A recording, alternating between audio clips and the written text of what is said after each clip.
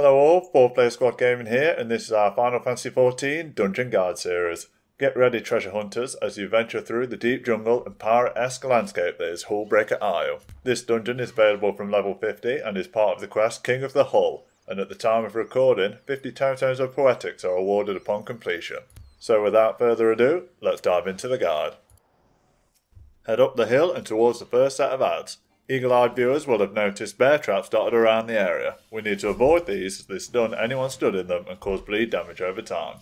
The damage isn't too bad, so if you do get caught, you can just heal your way through it. The Hullbreaker here have knockbacks which can cause you to activate the traps, and it is also worth mentioning that the Hornets are our main target.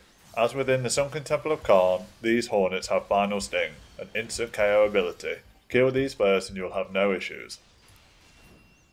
Keep making your way up the hill and avoiding the bear traps. Kill the small groups of ads you encounter, making sure to prioritise the Hornets. And eventually you will reach a wooden bridge. The big gorilla waiting for you at the other end is the first boss. We must kill the Sasquatch on the bridge before the boss allows us to pass. Once you have made short work of the smaller monkeys, head on through towards the first boss fight area. Sasquatch is our first boss. We can start this fight as normal with the tank gaining the enmity and facing the boss away from the party. You will have noticed that the banana trees have become active and these are important later on. When the Sasquatch starts pounding his chest, he will become enraged. Our aim is to activate one of the banana trees to give the Sasquatch a big bunch of bananas to snack on. This will end his enrage and give him a damage stacking buff, so we need to limit the amount of time we feed the boss. Failure to end the enrage, however, will enable the Sasquatch to use his more powerful AoE attacks and increase its damage. We also need to be careful of stool pelt, and yes, as in life, it is just a good general rule to avoid someone throwing poo at you. Ads will spawn throughout the fight and try to steal the bananas dropped from the trees. We need to prioritise these and kill them. They have very little health, so this won't be an issue. This is a tank and spankable boss and it won't take long to send that big ape packing. Pick up your loot and proceed. Head into the cave for the next part of this duty. Our aim here is to find 3 stone tablets, granting us access through large stone doors deeper within. We must kill all the ads we come across and open all of the treasure coffers. Around 50% of the treasure coffers will become alive when activated and start attacking the party. We must clear all the ads and the treasure coffers to ensure that we get all the stone tablets. The treasure coffers have a circular AoE and the Ninky Nanka we come across can multiply if not killed quickly. With these small mechanics in mind, head deeper through the caves until we reach the second boss fight area. Sjoorm is the second boss. Start the fight as normal with the tank gaining the enmity and facing it away from the party. This again is a tank and spankable boss with one important mechanic. When the bubbles spawn throughout the room, we need to avoid them, as touching them will absorb you into it and stun you for around 5 seconds. Not useful now, but this will be useful later. Keep piling on the damage and avoiding the bubbles and the circular AoE zones from the falling water droplets. Sjoorm will eventually bury underground and then target a random party member. Keep mobile and avoid the exploding ground coming towards you. The fight will carry on as normal until Sjoorm buries itself once again. This time a huge whirlpool will appear in the centre of the room.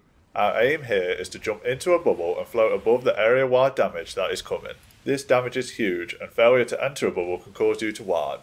Once the bubble trap ends, run away from the bubble to avoid its explosion damage. Healers will be tested if this is done incorrectly, but if done right, this mechanic is fairly simple. Keep up the damage to send that worm to its watery grave. Pick up your loot and progress out of the cave. Jump off the cliff and clear the ads in your way. The bubbling water out of the ground will spawn 3 seawater sprites when walked across. Make your way around the cliff base and clear the ads in your path. Depending on the route you choose, you can miss the treasure coffer on the eastern side of the cliff. This treasure coffer will contain the naughty Nanka minion. If you haven't got this little guy, then head on up and grab yourself a new minion.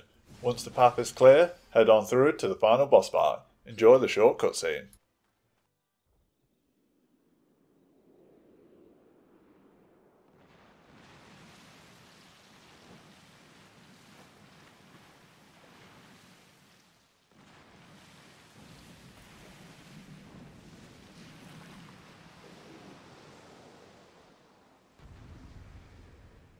The Kraken is our final boss, and this fight is spread out across multiple platforms. Our aim here is to kill the 10 Kraken tentacles. We can just attack the tentacles as normal, dealing damage. The mechanics here are to proceed to each platform, killing the tentacles along the way.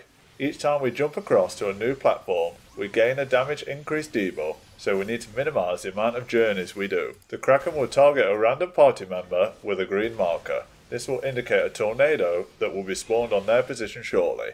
Our aim here is to head to an unoccupied platform and leave the tornado here, ensuring that the damage isn't dealt to our party. Meanwhile, the Kraken will be swiping and throwing party members around the platforms. Simply aim to keep together and progress through the platforms, killing the tentacles as quickly as possible, and once marked, head to a previously cleared platform. As a bonus tip, if you are covered in ink, travelling to a different platform will wash the ink off. The last tentacles will look slightly different and have slightly more HP. Keep up the damage and move when necessary, and before long you'll send that Kraken back to Davy Jones's locker. And there you have it, Hullbreaker Isle is complete. Remember to commemorate the player you believe deserves it most, and pick up your loot. We give this trial a difficulty rating 2 out of 5 swords. The final boss has a few mechanics to be wary of, however this duty is relatively simple. Keep an eye out for that naughty knacker Minion. Remember to like, comment and subscribe for new Final Fantasy XIV content being uploaded every week. We are 4Player Squad Gaming, thanks for watching.